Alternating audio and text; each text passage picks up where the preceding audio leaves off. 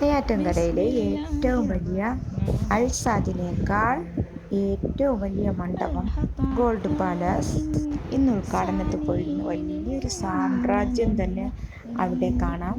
4000 പേർക്ക് ഇരിക്കാനുള്ള ഓഡിറ്റോറിയവും അതുപോലെ ഭക്ഷണശാലയും അതിനകത്ത് തന്നെ ചെറുതും വലുതുമായിട്ടുള്ള കുറേ മണ്ഡപങ്ങളും.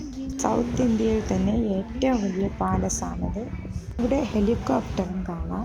കാർ പാർക്കിങ്ങും ഹെലികോപ്റ്റർ പാർക്കിങ്ങും ഉള്ള നല്ല സൗകര്യമുള്ള മണ്ഡപമാണ്. ഇനി എല്ലാവർക്കും ഇവിടെ പ്രവേശനം ഉണ്ടായിരുന്നു.